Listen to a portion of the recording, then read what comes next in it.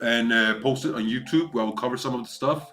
I'm researching it right now, but there's a lot of stuff going on. Like, first off, we got banks. Like, we saw what happened with the Silicon Valley Bank. That's not that's just the first one. Like, it's looking now like not only in the US, we're talking about Europe as well. Deutsche Bank, Swiss Credit, these institutions, and we talk, these are big institutions. They are shaky right now, and they might fail. They might go under. So there's a lot of FUD in the market, and if one of them fails, if one of these big institutions goes down, like the chain effect, the ripple effect in the market is massive. So there's a lot of things going on, but in the same time, we see this happen in crypto and Bitcoin, and this is super positive for us, that knows and understands and loves crypto. Why? Because why do I love crypto? Not because it's so fun to trade and I can make money out of it. I love crypto because what it represents and what it stands for. It's the people's money. Not all crypto, but most of it, especially Bitcoin. So, and it dilutes the power from the banks. Banks are corrupt. If you guys didn't know it until now, I'm telling you, banks are super corrupt. The whole bank system is super corrupt. I'm gonna do a video on it. Watch it. I'm gonna cover all of it. Let's see if YouTube lets me have it up. But it's a very corrupt system. Bank Swiss going down, predicted by Robert. Yeah, you see. And if they go down, Bank Swiss is super big. If they go down, oh, the ripple effects are gonna be massive. So banks are corrupt, and they are corrupt because of their power, because of their greed. So they control basically everything. Like, they control basically the world. They run the world. And if there's a challenger to their power, then that will interest me. And Bitcoin is definitely a challenger to their power. We so seeing this, for me, it tells kind of that, of course the pump came because USDC pegged again, got its peg back again with the US dollar. So, like, everything is stable and good again on that case. But seeing this pump, despite what happens to the banks and everything, shows me that people losing trust in banks and want to find an alternative. People are starting to see the bullshit that is coming out, and people start to understand the bullshit. And that is that. So for me, crypto is the solution. The problem is that we got CBDC, like, governments are trying to make their own cryptos to compete against Bitcoin and all of this. And if you buy into everything to what the mass media says, then maybe that is a good alternative. If you don't, you're gonna see the truth, and you're gonna see that is just a means for the governments to control you even more. This is why otherwise they could already use Bitcoin or some other crypto. We got XRP, perfect solution, but they don't want to do that. They want to have their own crypto that they control, because it's not decentralized, it's centralized. All right. Um,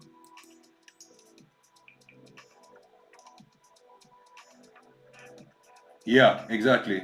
Considering the banks are going down, recession, etc., could the charts retest at the first mark and then just keep climbing then? Definitely. So I don't know which mark you mean with the first mark. Is it one of these two? But I can, like, look. Today we got the CPI readings coming out. So we got major news. I'm gonna get back to that, but let's get back to this bank situation. So let's say, for example, Bank Swiss. It comes out today that they're going down, and they're halting all withdrawals.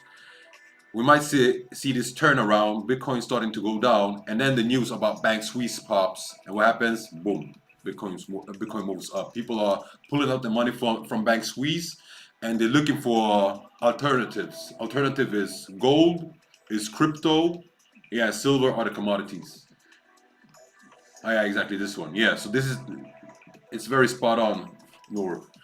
I definitely think that this can be zone for where the price can bounce, and this is why I don't want to enter the market before we break that zone and come back and retest it as resistance. So we prove it to be resistance, because sometimes what happens, market can break through and then come back up again, just like this.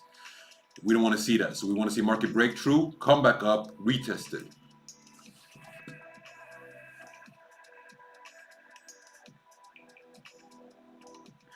And Daniel, you're saying a very interesting thing in there. Could it be a cover up for sneaking in CBDCs?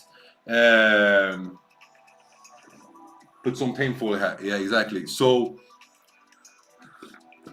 this is what I'm investigating now, and this is the video that you will see come out soon. Or I think there will be a series of videos. But there's a theory that the banks are being, how you say, collapsed, run down on purpose. Because figure this, the governments, they are pushing, like, look, the mass media is pushing fear right now. So you see Fox News, CNBC, BBC, all of these major news, these major media platforms pushing fear. Bank run, Silicon Valley Bank collapse, this, that, and people are getting scared against the banks. Now the thing is this, you guys gotta understand one thing.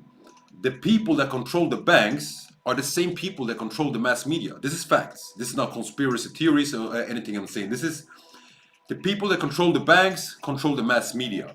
Do you think that they will sabotage their own business if they didn't need to? So there's a lot to it, and this is when we start to go into conspiracy theories. But there are people out there, and I'm not talking about average Joes like us. I'm talking about people that are higher up, very connected, has been working in the bank sector and everything, and they actually believe that the banks are being ran down on purpose by those that control the system, and this is to force people into the CBDC, to force. So what happens? Banks goes down, inflation spikes up, people's money lose value. Suddenly people can't buy shit, and people are forced to go over to CBDC. Government presents CBDC. Look, we can offer you this instead. You will get much better value than your dollar that is losing value right now due to inflation.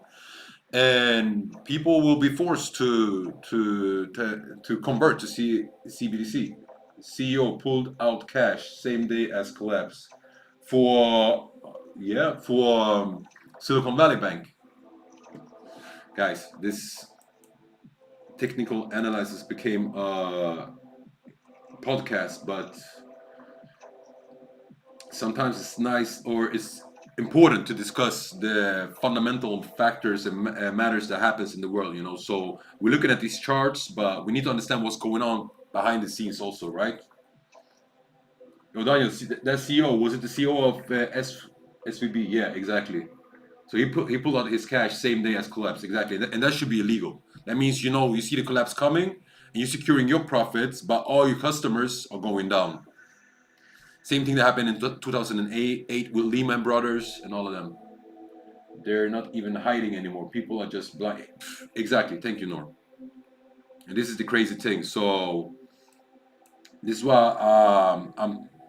I'm starting to push out a lot of stuff on YouTube and on TikTok as well. The only problem is, like, my TikTok, for example, got shadow banned because I was pushing out this type of information. As soon as you push out the truth, they shadow ban you, or they shut your account down completely, like they did with Andrew Tate. But Andrew Tate is just one example. There's so many people out there that's been blocked because of this. But the only thing you can do is just open a new account and keep being a soldier for the truth. That's how I see it. Yeah, like, if mass media can't give us the truth, at least let us share the truth among us, and, like, awaken each other. You're not even hiding. Yeah.